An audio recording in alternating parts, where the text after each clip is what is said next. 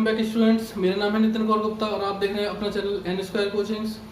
तो स्टूडेंट्स, आज हम करेंगे मैकेनिक्स का न्यूमेरिकल पोर्शन। जो आपका सेकंड चैप्टर था वो मैंने आपको फिनिश करा दिया था, थ्योरी जितनी भी थी उसकी, फोर्स एनालिसिस की। अब फोर्स एनालिसिस की हम करेंगे न्यूमेरिकल।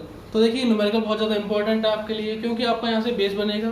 सेकेंड ईयर में जो और सब्जेक्ट आएंगे उनके अंदर न्यूमेरिकल बहुत बड़े बड़े होंगे। अगर आपने यहाँ पे प्रैक्टिस नहीं करी तो आपको बहुत ज़्यादा दिक्कत आने वाली है सेकंड ईयर में। इसलिए आप अभी से थोड़ा सा न्यूमेरिकल्स की प्रैक्टिस कीजिए। और न्यूमेरिकल्स बहुत ज़्यादा इंपॉर्टेंट होते हैं। आपको जितनी थ्योरी होती है वो तो समझनी ही है, साथ में न्यूमेरिकल्स भी करने हैं, क्योंकि आप अप्लाई न्यूमेरिकल ही करते हैं। यानी कि आप जब भी कुछ चीज़ डिज़ाइन करेंगे तो आप न्यूमेरिकल वैल्यू से करेंगे, आप थ्योरी से नहीं कर लेंगे कुछ भी चीज़।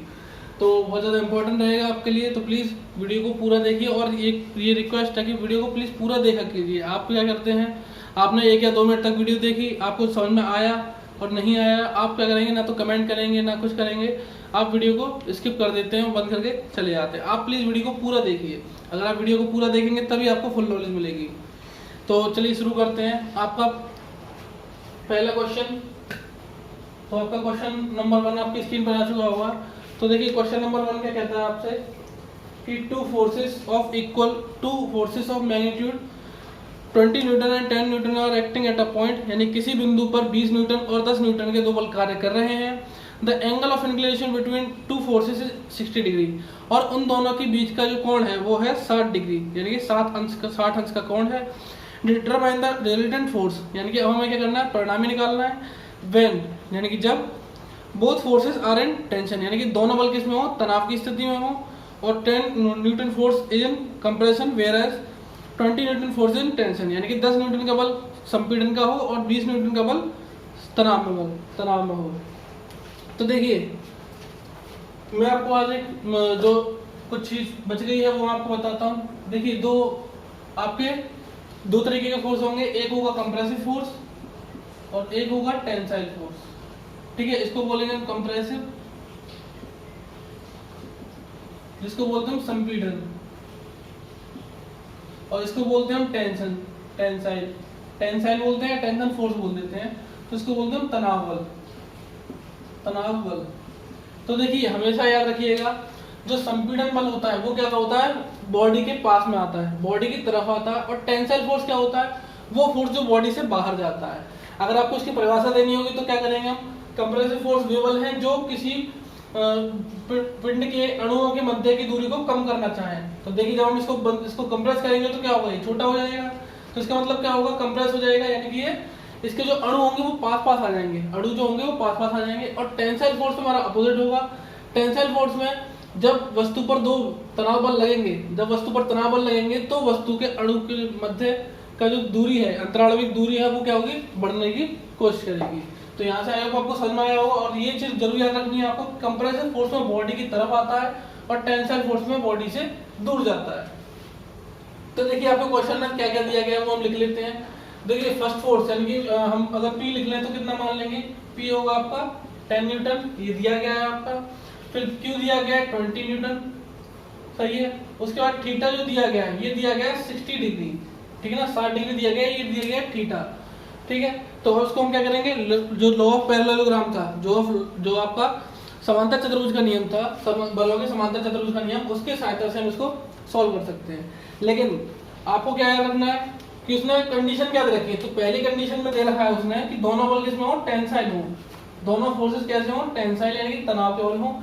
तो टेंसाइल फोर्स अगर वो टेंसाइल फोर्स होंगे तो कैसे होंगे, देखिए, अगर मैंने ये मान के चला, ये जो पॉइंट है ये आपका बिंदु है। अब यहाँ से जो पहला फोर्स होगा कितना, 10 न्यूटन होगा, यही बोला गया है। पहला फोर्स P बराबर 10 न्यूटन। आप याद रखिए, जो समांतर चतुर्भुज का नियम था, अगर आपको नहीं आता समांतर चतुर्भुज का नियम तो आप पुरानी वीडियोस को देखिए। उसके बाद 10 न्यूटन। अब उसने बोला है कि 60 डिग्री पर दूसरा फोर्स लग रहा है, ये कैसा लग रहा है, 20 न्यूटन। ये कितने पर है, 60 डिग्री पर है। तो इसमें तो आपको कुछ ज्यादा प्रॉब्लम नहीं होनी चाहिए। जिसको अगर समांतर चतुर्भुज का नियम याद है तो उसमें हमारा रिजल्टेंट क्या होता था, रिजल्टेंट होता था √p² + q² + 2pq cos theta. और यहाँ पे हमारा थीटा कितना है, 60 डिग्री। तो हम cos 60 डिग्री की निकाल लेंगे। बस आपको न्यूमेरिकल वैल्यू पुट करनी है और आप इसको सॉल्व कर लेंगे आराम से। उसके बाद देखिए, अभी मैं निकाल के दिखाता हूँ। उसके साथ आपके यहाँ पे आपका जो आपका रिजल्टेंट होगा वो कहीं यहाँ से निकलेगा। ये तो आपको पता ही होगा कि रिजल्टेंट क्या होगा आपका, कहीं इसके बीच में से निकलेगा। अब इसका जो रिजल्टेंट तो हमने निकाल लिया, लेकिन यहाँ जो रिजल्टेंट है कितने एंगल पर होगा ये हमें निकालना है। तो आपने इसके लिए फॉर्मूला जो पढ़ा होगा वो पढ़ा होगा tan alpha equals to q sin theta, यानी कि 20 sin theta upon 10 plus 20 cos theta. फॉर्मूले को जरूर याद कर लीजिए। फॉर्मूला अगर आपको याद होगा तो न्यूमेरिकल बहुत आसानी से सॉल्व हो जाएगा। और फिगर बनाना जरूर सीखिएगा। याद रखिए, अगर क्वेश्चन के अंदर बोला गया है कि कहीं चित्र संख्या या पिक्चर नंबर, ठीक है ना, या ग्राफ या जो भी है, तो आपको अगर वो दिया, अगर क्वेश्चन के अंदर बोल रहा है तभी आपको वो क्वेश्चन दिया गया है। जैसे आप अभी एग्जांपल करने की कोशिश करेंगे तो उसमें आप देखेंगे कि आपको मिलेगा कि नीचे फिगर बना हुआ है। अगर फिगर बना हुआ है लेकिन वो फिगर आपको सॉल्यूशन करने के बाद बनाया गया है, उसका ऐसा मतलब नहीं है कि आपको क्वेश्चन के साथ फिगर दिया गया है। तो फिगर जरूर बनाना सीखिए। अगर आपको फिगर बनाना आता है तो आपका क्वेश्चन अच्छे से सॉल्व हो पाएंगे। तो बस अभी उनको सॉल्व करते हैं। तो देखिए, इसको सॉल्व करेंगे तो क्या निकलेगा आपका 10 का square plus 20 square plus 2 into 10 into 20 cos 60, और यहाँ पर रखेंगे तो क्या निकलेगा आपका 20 साइन 60 अपॉन 10 प्लस 2 20 कॉस 60। तो ये आपका हो जाएगा। इसको बस हमें सॉल्व करना है कैसे की सहायता से। ये इसका आंसर आता है आपका 26.45 न्यूटन। यूनिट जरूर लिखिएगा। अगर आप यूनिट नहीं लिखेंगे तो आपको क्या पता चलेगा कि ये क्या चीज है, ये डिग्री है या कुछ है। तो ये क्या है आपका न्यूटन है। तो आपका ये रिजल्टेंट निकला 10 न्यूटन। अब इसको सॉल्व करते हैं हम, तो इसकी वैल्यू निकलेगी आपकी 40.89। तो 40.89 ये निकलेगी डिग्री, ठीक है। तो देखिए ये निकलेगी आपकी 40.89। अब ये 40.89, अब याद रखिएगा, अगर आप क्वेश्चन लगा रहे हैं और आपने अगर यहाँ पर 20 ले लिया और इसको 10 ले लिया तो आपको ये 40.89 नहीं मिलेगा। आपको क्या मिलेगा, ये डिग्री टोटल कितना है 60, और ये 40.89 कहाँ से, 10 न्यूटन से। अगर उसमें आपने क्वेश्चन लगाया और आपका आंसर निकला, मान के चलिए कितना निकलेगा 60 माइनस 40.89, तो आपका निकलेगा 19.11, ठीक है। 40.89 निकला है तो यहाँ पर निकलेगा 19.11। तो आपको क्या करना है, इसमें आपको यहाँ से जो दिया गया है वो आपका 19.11 है और ये आपका 40.89 है। तो दोनों ही आंसर होंगे। अगर ये 20 इधर माना तो हो सकता है आपकी बुक में आंसर जो निकले वो ये वाला दे। तो आपको याद रखना है कि ये 20 न्यूटन से है और ये वाला आपका 10 न्यूटन से है। तो मैं आपको बस जो आपके जो बेसिक्स हैं इनको क्लियर करने के लिए ही ऐसे क्वेश्चन लेके आया हूँ जिनसे कि आपको कुछ अच्छा, कुछ एक्स्ट्रा मिले जो आपको थ्योरी में आपने नहीं सीखने को मिला। चलिए आगे चलते हैं। पार्ट था, दूसरे पार्ट में उसने बोला था कि जो आपका 10 न्यूटन है, जो आपका 10 न्यूटन है, ये बल कैसा है, कंप्रेसिव है, और जो 20 न्यूटन का है ये टेंसाइल है। अब उसने ये एंगल उतना ही रखा हुआ है, तो जो थीटा है वो 60 डिग्री ही है। अब देखिए इस तरह के क्वेश्चन को कैसे करेंगे। मैंने आपको बताया था अभी थोड़ी देर पहले ही कि जो कंप्रेसिव फोर्स होता है उसको हम कैसे शो करते हैं, ऐसे, यानी कि वस्तु की ओर जाता हुआ। अगर हमने ये पिंड माना है, ये फ्री बॉडी डायग्राम में तो हम पूरा पिंड नहीं बना रहे हैं, हमने क्या करा उस पॉइंट को एक पिंड माना, तो फोर्स क्या होगा, इसकी तरफ जाता हुआ मिलेगा। ये कैसा होगा, आपका 10 न्यूटन वाला फोर्स होगा। और जो आपका टेंसाइल फोर्स है ये कौन सा है, आपका 20 न्यूटन का। ये आपका टेंसाइल फोर्स है, यानी कि वस्तु से दूर जाता हुआ। तो मैंने आपको ये बताया था कि जो दूर जाता हुआ होता है वो टेंसाइल, और जो पास जो वस्तु की ओर आता हुआ है वो होगा 10 न्यूटन। इसके बीच में एंगल दिया कितना, 60 डिग्री। अब देखिए आपको इम्पोर्टेंट क्या है समझने के लिए कि जो आपको लॉ ऑफ पैरेललोग्राम समझाया था उसमें आपका जो फिगर था वो कुछ इस तरीके का था, P Q और यहाँ से आपका कहीं आया था R। तो ये सारे बल हमारे कैसे थे, टेंसाइल थे, यानी कि P और Q हमारे टेंसाइल थे, R हमारा कैसा था, टेंसाइल ही निकलेगा। तो अगर आपको ये जो आपकी लॉ ऑफ पैरेललोग्राम था ये केवल तभी वैलिड होता है जब दोनों एक ही जैसे हों। अगर ये दोनों कंप्रेसिव हो तो आपका सेम वही फॉर्मूला यूज होगा, अगर दोनों टेंसाइल हो तो वही फॉर्मूला यूज होगा। लेकिन अगर एक कंप्रेसिव एक टेंसाइल है तो आपका ये यूज नहीं हो सकता। तो लॉ ऑफ पैरेललोग्राम को बनाने के लिए आपको क्या करना पड़ेगा, इनमें से दोनों में से कोई एक बल को आप चेंज करेंगे। तो आप देखिए ये वाला तो आपका टेंसाइल है, आपको ये आप इसको क्या कर सकते हैं, इसको टेंसाइल बना सकते हैं। तो आपका जो 20 न्यूटन है ये तो आपका कितना क्या है, आपका 20 न्यूटन, ये तो आपका टेंसाइल है पहले से। आप क्या करेंगे, इसको 10 न्यूटन वाले को और टेंसाइल बना लेंगे, 10 न्यूटन वाले को टेंसल बनाने के लिए, टेंसल बनाने के लिए हमने क्या किया कि बस इसको सीधे ले गए हम। इसको जब सीधे ले आएंगे तो ये इस बिंदु पर आता हुआ मिले या इधर से खींचता हुआ मिले, बात दोनों की एक ही है, तो हमने क्या करा इसको कर लिया। अब देखिए यहाँ से कितना था 60 डिग्री था ये वाला, ये एंगल कितना था 60, और आपको मालूम है सीधी रेखा पर कितना होता है टोटल 180। तो अब इन दोनों के बीच का कोण कितना हो गया 180 डिग्री, सॉरी 120 डिग्री। तो 120 डिग्री आपके इन दोनों के बीच का एंगल हो गया। बस अब आपको न्यूमेरिकल वैल्यू सब पता ही है, अब आपको बस फॉर्मूला लगाना है। तो आर आपका कितना निकलेगा √10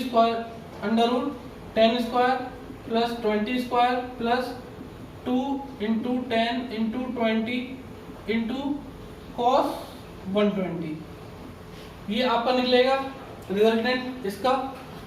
और अगर आपको दिशा निकालनी है तो थीटा की वैल्यू आपकी निकल आएगी। अगर आप कहीं से भी आप मान के चलिए आपने यहाँ से दिशा मानी अल्फा ये वाली, अगर आपने ये अल्फा मानी तो 10 न्यूटन से लेंगे, तो जिससे जहाँ से हम ले रहे हैं तो उसका हम अपोजिट से लेते हैं, तो 20 साइन थीटा यानी कि साइन 120 अपॉन 10 प्लस कॉस 120। आपको बस इन दोनों वैल्यूज को सॉल्व करना है, आपका आंसर आ जाएगा। तो देखिए आर की जो वैल्यू निकलेगी वो निकलेगी 17.3 न्यूटन, और जो आपका थीटा निकलेगा ये निकलेगा आपका 30 न्यूटन। तो आई होप आपको ये समझ में आया होगा।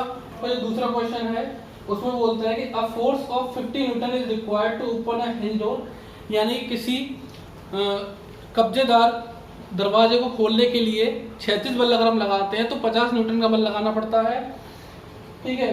और अगर determine the required force if line of action of force is 45 above the horizontal, यानी कि यदि हम 36 से 45 डिग्री कोण पर कोई बल लगाएं तो हमें कितना बल लगाना पड़ेगा। तो देखिए इसको आप पहले प्रैक्टिकली समझने की कोशिश करिए। जब आप इसको प्रैक्टिकली समझेंगे तो आपके क्वेश्चन समझ में आसानी से आ जाएगा। कि देखिए पहले बात तो हिंज का मतलब क्या होता है, हिंज का मतलब होता है कि जब हम उसमें बल लगाएं तो वो घूम सके, ठीक है। जैसे आपने देखो दरवाजे की तरफ कब्जे लगे रहते हैं, जिसको हम कब्जा बोलते हैं, उसको हम हिंज ही बोलेंगे, कब्जे का मतलब हिंज ही होता है, ठीक है। तो आप क्या करेंगे जब वहाँ पे वो लगे होंगे, आप इसको दरवाजे को, जैसे आपने क्या करते हैं दरवाजे को ऐसे धक्का मारते हो, दरवाजा से खुल जाता है। मान के चलिए ये दो लगे पड़े हैं कब्जे, तो आपको ऐसे धक्का मारेंगे तो दरवाजा आपका ये खुल जाएगा, ठीक है। दरवाजा खुलेगा या बंद होगा। अब देखिए आपको क्या कह रहा है वो कि अगर हम हॉरिजॉन्टल फोर्स लगाते हैं, हम हॉरिजॉन्टल फोर्स ऐसे लगाते तो इसको अब ऐसे हम बल लगाते हैं बिल्कुल हॉरिजॉन्टल मतलब क्षैतिज दिशा में, तो आपको कितना लगाना पड़ता है 50 न्यूटन का बल। लेकिन अब वो कह रहा है कि अगर हम क्षैतिज से 45 डिग्री कोण पर बल लगाएं तो आपको कितना जरूरत पड़ेगी, ठीक है। आप ये चीज नोटिस करिएगा कि जितना फोर्स हम यहाँ लगा रहे थे 50 न्यूटन, हमको क्या करना लगाना है 45 पे, तो इस पर हमें ज्यादा फोर्स लगाना पड़ेगा, ठीक है। वो कितना फोर्स लगाना पड़ेगा वही हमें डिटरमाइन करना है कि आपका जो 50 न्यूटन होगा, यानी कि जो आप जो इस तरफ फोर्स लगाएंगे वो कितना होना चाहिए। तो देखिए अब इसको समझ आपने आई होप ये समझ में आ गया होगा कि आपको किस तरीके की कंडीशन बन रही है। तो देखिए अगर हमें दरवाजा बनाना चाहें तो दरवाजा हमारा कुछ इस तरीके का होगा, मान के चलिए कीले थे यहाँ पे, ठीक है। अब ये हम क्या कर रहे थे, इस पर एक फोर्स लगा रहे थे इस दिशा में ऐसे 50 न्यूटन इतना रिक्वायर्ड था हमारा क्षैतिज दिशा में अगर हम बल लगा रहे थे। लेकिन अब वो बोल रहा है कि जो बल लगा रहे हैं हम वो क्षैतिज दिशा में नहीं लगा रहे हैं, अब वो लगा रहे हैं हम कैसे 45 के एंगल पर, 45 के एंगल पर यानी कि 45 डिग्री पर, यहाँ से 45 डिग्री पर। अब वो पूछ रहा है ये फोर्स होगा वो कितना होगा, ये फोर्स होगा वो कितना होगा। अब मेरी बात को ध्यान से समझने की कोशिश करिएगा कि उसने बोला कि जब हम हॉरिजॉन्टल फोर्स लगा रहे थे तब 50 न्यूटन चाहिए था, लेकिन हम लगा रहे थे कैसे इंक्लाइन। अब हम देखिए इंक्लाइन फोर्स जो आपको लगेगा, अब जो इंक्लाइन फोर्स लगेगा इसको हम दो भागों में बांट सकते हैं। तो आपने जो योजित भाग पढ़े थे, ठीक है ना, ये मैं याद दिलाता हूँ सारे आपको। मान के चलिए आर था एक ये फोर्स, तो यहाँ पे आपका क्या था पी और आपने क्यू, दो लंबवत भागों में बांटा था। यहाँ पे था आपका अल्फा, तो ये वाला कौन सा, ये पी वाला क्या था आपका आर कॉस अल्फा था, अगर ये अल्फा है तो, और ये कितना था आपका आर साइन अल्फा, सही है। तो इसी तरीके से जो हम 45 डिग्री पर ये फोर्स लगाएंगे, ये आप इसको दो भागों में बांट सकते हैं। तो देखिए आप इसको दो भागों में, इसको नीचे बना रहा हूँ, ये कितने का होगा, मान के चलिए एफ न्यूटन का बल होगा। तो इसके दो कंपोनेंट बनेंगे, एक बनेगा इस तरीके से, एक बनेगा इस तरीके से। ये होगा आपका एफ कॉस 45, क्योंकि ये एंगल कितना है 45, और ये होगा एफ साइन 45, ये होगा कैसे परपेंडिकुलरली, ठीक है ना, परपेंडिकुलर यानी कि वर्टिकल डायरेक्शन में। अब देखिए दरवाजे को, अगर हमारा दरवाजा है, अगर हमारा दरवाजा है ये, इस पे हम ऊपर से कोई बल लगाएंगे तो ये घूमेगा तो नहीं, ये घुमाने में सहायता नहीं करेगा। घूमने में सहायता कौन सा करता है? केवल हॉरिजॉन्टल फोर्स। तो ये तो हमारे कोई काम का नहीं है। हमारा क्या काम का है? ये F cos 45। और उसने बोल रखा है कि जो आपका हॉरिजॉन्टल फोर्स है वो आपको इसको घुमाने में सहायक होता है, वो मिनिमम कितना होता है? 50 न्यूटन। तो हम यहाँ से रख सकते हैं कि F cos 45 ये किसके बराबर होना चाहिए? 50 न्यूटन के, तभी ये दरवाजा खुल सकता है। अगर F cos 45 50 न्यूटन के बराबर हो जाए, यानी कि जिसको क्षैतिज बल है, जो क्षैतिज भाग है, वो कितना होना चाहिए आपका? 50 न्यूटन के बराबर होना चाहिए। अगर ये 50 न्यूटन के बराबर हो जाएगा तो हमारा दरवाजा खुल जाएगा। तो आपको हमें F की वैल्यू निकालनी है, तो क्या हो जाएगा? 50 अपॉन cos 45। तो बस आपको इसको सॉल्व करना है।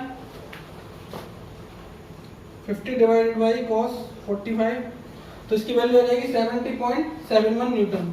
तो 70.71 न्यूटन यही आपका आंसर है। आई होप आपको ये चीज समझ में आई होगी कि हमने इसको कंपोनेंट में क्यों बदला, क्योंकि हमें हॉरिजॉन्टल हमें इंक्लाइन दे रखा था, यानी किसी कोण पर दे रखा था, हमें निकालना था क्षैतिज बल। तो हमने क्षैतिज बल निकालने के लिए क्या करा? आपको जो वियोजित भाग के जो दो लंबवत वियोजित भाग में आपको मैंने बताई थी थ्योरम कि R अगर हमें P अगर निकाला तो R cos अल्फा हो जाएगा, Q निकालना तो R sin अल्फा हो जाएगा। जिस तरफ एंगल उस तरफ cos अल्फा। तो नोट डाउन कर लीजिए इसको। चलिए इसके बाद जो तीसरा क्वेश्चन है वो है आपका two forces of magnitude P and 4P are acting at a particle, यानी कि P और 4P किसी पिंड पर कार्य कर रहे हैं या किसी बिंदु पर कार्य कर रहे हैं, किसी कण पर। Direction of their resultant remain unchanged if magnitude of first force is increased by 10 Newton, यानी कि हमारा जो परिणामी की दिशा है वो परिवर्तित नहीं होती है। जो परिणामी की दिशा है वो हमारी सेम ही रहेगी जब कि पहला जो फोर्स है, यानी कि जो P था उसको हम 10 न्यूटन बढ़ा दें, और जो दूसरा फोर्स था 4P न्यूटन, उसको हम क्या करें? 50% बढ़ा दें।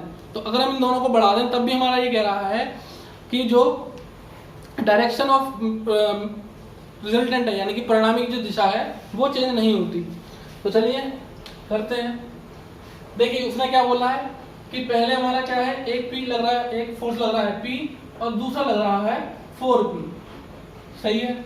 अब मान के चलिए इसका जो रिजल्टेंट था वो कहीं यहाँ से निकलेगा, रिजल्टेंट R, यहाँ से इसका एंगल होगा अल्फा। ये आपकी पहली कंडीशन दे रखी है कि जब P और 4P कार्य कर रहे हैं। अब हमारी दूसरी कंडीशन दे रखी है, मान के चलिए कि हमने क्या करा, उस फोर्स में पहले फोर्स में P प्लस 10 न्यूटन बढ़ा दिया, हमने उसमें 10 न्यूटन का बल बढ़ा दिया, और 4P का 50% बढ़ा दिया। अब देखिए यहाँ पे एक चीज याद रखिएगा कि एक तो हो गया 4 का 50% और एक होता है 4 का 50% बढ़ा देना। तो देखिए अगर आपसे बोल रहा है कि 4 का 50% तो कितना हो जाएगा? 4 का 50% कितना होगा? 2। लेकिन उसने कह रहा है कि 4 को 50% बढ़ा दिया, यानी कि 4 तो था ही, उसके साथ उसका 50% और बढ़ा दिया। तो 4 का 50% कितना होता है? 2। तो 2 प्लस 4 यानी टोटल कितना हो गया? 6 न्यूटन। तो कितना हो जाएगा? 6 न्यूटन, 6P, ठीक है ना, 6P न्यूटन हो जाएगा। अब ये क्या कह रहा है कि अगर दूसरी कंडीशन ये भी होती है तब भी जो हमारा रिजल्टेंट है R, वो उसकी एंगल कितना रहेगा? अल्फा रहेगा। तो इसने दोनों कंडीशन में अल्फा आपको सेम दिया है। अब बस आपको यही चीज लेकर चलनी है। न्यूमेरिकल करना बहुत आसान होता है अगर आपने कॉन्सेप्ट समझे हुए हैं तो, और आपकी कैलकुलेशन थोड़ी ठीक होनी चाहिए बस। तो देखिए अब आप सॉल्व करते हैं इसको। अब हमें क्या दे रखा है? डायरेक्शन दे रखा है। इसमें हमें रिजल्टेंट की कोई बात नहीं करी गई, तो हमें R निकालने से कोई मतलब ही नहीं है। हम क्या करेंगे? केवल इसका एंगल देखेंगे। तो देखिए इसमें हमारा एंगल, देखिए ये क्या है आपका? P तो है, इधर क्या होता था? Q। तो क्या आपका फॉर्मूला क्या जाता था? tan अल्फा की वैल्यू क्या होती थी आपकी? tan अल्फा की वैल्यू होती थी Q sin थीटा। तो इन दोनों के बीच का मान के चलिए एंगल हमने ले लिया थीटा, ठीक है, मानना पड़ेगा। हमने दोनों के बीच का एंगल मान लिया थीटा। तो tan अल्फा क्या निकलेगा आपका? 4P sin theta upon P plus 4P cos theta. ये आपका इस वाली कंडीशन के लिए। अब दूसरी कंडीशन के लिए भी अल्फा आपको सेम दे रखा है, तो ये हम इक्वल कर सकते हैं। इसके क्या निकलेगा? वो 6P sin theta upon P plus 10, ये अलग है, ठीक है ना, P प्लस 10 ये अलग है, plus 6P cos theta. I hope आपको ये समझ में आया होगा कि क्योंकि अल्फा दोनों का क्या है? हमारा सेम है। दोनों का जो परिणामी की दिशा है, परिणामी की दिशा का मतलब यही होता है कि किसी एक बल से जो एंगल है वो सेम रहेगी। तो ये दोनों हमारे क्या रहे? सेम है। बस अब हमें इसे सॉल्व करना है। तो देखिए साइन थीटा कैंसिल हो जाएगा, एक पी से ये पी कैंसिल हो जाएगा, 2 2 या 4, 2 3 या 6। अब क्या करेंगे, हम इसको क्रॉस मल्टीप्लाई कर लेते हैं। तो क्रॉस मल्टीप्लाई करेंगे तो देखिए क्या होगा, 2 का इसमें मल्टीप्लाई करेंगे तो 2p प्लस 2 का 10 में मल्टीप्लाई करेंगे तो 20 प्लस 2 6 या 12p cos थीटा। अब इसका मल्टीप्लाई करेंगे इधर तो 3p प्लस 3 4 जा 12p cos theta, 12p cos theta. अब इसको सोल्व करेंगे तो देखिए ये दोनों cancel, 12p cos theta 12p cos theta, ये 2p इधर जाएगा तो माइनस में, तो क्या बचेगा इधर p, इधर बचेगा कितना 20 न्यूटन। तो p की वैल्यू कितनी आ गई 20 न्यूटन। अगर ये 20 है, अगर ये 20 न्यूटन है तो ये कितना हो जाएगा 80 न्यूटन। तो ये आपसे क्वेश्चन में आंसर जो होंगे, आंसर क्या हो जाएंगे आपके, आंसर हो जाएंगे आपके 20 न्यूटन और दूसरा हो जाएगा 80 न्यूटन, अगर ये दोनों बल पूछे गए हैं तो।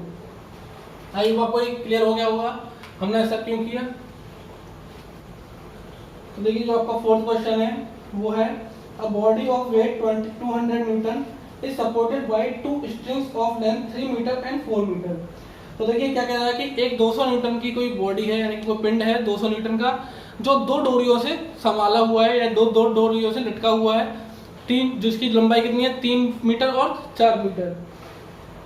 One end of each string is tied to body, यानी कि दोनों रस्सियों का एक एक जो सिरा है वो उस बॉडी से बंधा हुआ है, और जो दूसरा सिरा है while other ends of strings are fixed at 2 points on one plane, यानी किसी एक समतल पर दो बिंदु पर, दो सीधे बिंदुओं पर जिनके बीच की दूरी कितनी है 5 मीटर, उन दोनों के बीच ये बंधे हुए हैं। तो देखिए बस आपको क्या करना है, पहले तो फिगर बनाने की कोशिश करनी है। अगर आप फिगर बना लेंगे तो आपका क्वेश्चन बहुत जल्दी और इजीली सॉल्व हो जाएगा। तो देखिए उसने क्या बोला है कि एक बॉडी है जो 3 मीटर और 4 मीटर की दो रस्सियों से बंधी हुई है, यानी कि दो रस्सियों से कोई बॉडी है जिसका वेट कितना, मान के चलिए बॉडी है, इसका वेट दे रखा उसने 20 न्यूटन, ये यहाँ पर लटकी हुई है कितने पर, दो रस्सियों से। अब ये दो रस्सियों से क्या बोला कि 2 फूटों पर बंधी हुई है, तो ये दोनों फूटे किसमें, एक सीध में है, एक यहाँ पर है, दूसरा यहाँ पर, इन दोनों फूटों पर बंधी हुई है। इसकी जो इन दोनों के बीच की दूरी है वो है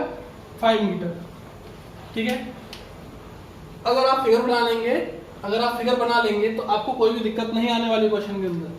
तो देखिए उसने क्या बोला, ये तो बॉडी है तो इसमें ये फोर्स है। अब देखिए जब ये बॉडी यहाँ पे नीचे की तरफ लटकेगी तो इन दोनों में तनाव उत्पन्न होगा, यानी कि जो आपकी स्ट्रिंग है वो खिंचने की कोशिश करेगी, बड़ा होने की कोशिश करेगी। तो हम इसमें क्या करेंगे, टेंशन क्रिएट होगी। वो टेंशन कैसे होगी, इस तरफ, तो T1 इसको मान लेते हैं और इसको मान लेते हैं T2।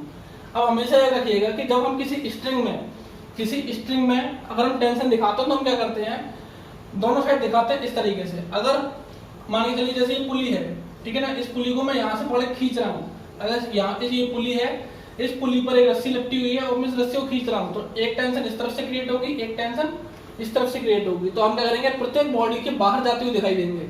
तो देखिए अगर यहाँ पे दिखा रहे हैं तो ये टेंशन बाहर की तरफ यहाँ से जा रही है, और यहाँ से दिखाएंगे तो इस तरफ आती दिखेगी, ऐसे इस बॉडी से बाहर जाते हुए, ठीक है। लेकिन अभी हमें जरूरत नहीं है क्योंकि हम इस पॉइंट की कंसीडर करेंगे। तो देखिए इस क्वेश्चन को करने के लिए आपके पास दो तरीके हैं। पहला तरीका आपका क्या है, लामीज थ्योरम, जो सबसे इजी तरीका है आपके लिए, कि जब तीन बल दिए गए हो तो आपका फॉर्मूला क्या था, मैं फिर से रिपीट कर रहा हूँ। लामीज थ्योरम क्या थी कि प्रत्येक बल और शेष दो बलों के बीच के कोण का जो एंगल होगा, का जो साइन एंगल होगा, उनका जो रेशियो होगा वो क्या रहेगा, कांस्टेंट रहेगा। चलिए अब हम इसमें लगाते हैं लामीज थ्योरम। अब लामीज थ्योरम लगाने के लिए आपको एंगल पता होना चाहिए। तो देखिए आप इसको आप 3 मीटर 4 मीटर 5 मीटर को देखेंगे तो ये क्या बना रहे हैं, आपको बना रहे हैं जो ट्राइंगल है आपका, कौन सा 90 डिग्री वाला ट्राइंगल बनेगा, ठीक है, 90 डिग्री वाला ट्राइंगल बनेगा। ये क्या हो जाएगा, 90 डिग्री हो जाएगा। कैसे, तो पाइथागोरस थ्योरम क्या होती है कि जो आपका कर्ण का स्क्वायर है 5 स्क्वायर, ये किसके बराबर है, √4 स्क्वायर प्लस 3 के स्क्वायर है। तो ये आपको याद रखना पड़ेगा। जब आप न्यूमेरिकल की प्रैक्टिस करेंगे तो आपको अपने आप देखते ही पता चल जाएगा कि ये क्या है। तो ये आपके कुछ सेट होते हैं, उन सेट्स को याद रखना पड़ेगा। तो ये आपका एक सेट बनता है 4 3 4 5, इन तीनों का एक सेट बनता है। ये क्या होता है, राइट एंगल ट्राइंगल का बनता है। तो इसका मतलब क्या होगा, ये वाला एंगल जो होगा 90 डिग्री होगा। देखिए 25 बराबर √16 प्लस 9, ठीक है। तो कितना हो जाएगा आपका, सॉरी यहाँ पे स्क्वायर लाएंगे तो हमें लगाना पड़ेगा, ये 5, ये कितना हो जाएगा आपका 5। ठीक है, तो ये क्या होगा 90 डिग्री ट्रायंगल होगा। तो आई होप आपको ये चीज समझ में आई होगी। पहले तो मैं आपको जो भी क्वेश्चन करा रहा हूँ ये सारे आपके लिए इंपॉर्टेंट है, आपको कुछ ना कुछ नया सीखने को मिलेगा इसमें से। तो देखिए ये हमने ये बना लिया, अब आपको क्या करना है, आपको एंगल निकालने हैं सबके बीच में। अब देखिए अगर हम इसको अल्फा मान लें, इसको मान लें अल्फा, इसको मान लें बीटा, सही है। तो देखिए इसको मैंने माना अल्फा, इसको माना बीटा। अब देखिएगा कि अगर मैं इसको इस लाइन को इस लाइन के पैरेलल, इस लाइन के पैरेलल एक और लाइन खींच लूं तो क्या बन जाएंगे, ये इस तरीके से दो लाइन हो गई। और आपको पता है ये एंगल, ये वाली लाइन अगर मैंने खींची और ये एंगल कितना है बीटा, ये वाला एंगल कितना है हमारा बीटा, ये वाला कितना है बीटा। तो ये वाला जो एंगल होगा ये भी कितना होगा बीटा होगा, क्योंकि मैंने बताया था ये एकांतर कोण होंगे चारों, 1 2 3 4, ये बीटा होंगे। तो ये वाला कितना हो जाएगा आपको, ये हो जाएगा बीटा हो जाएगा।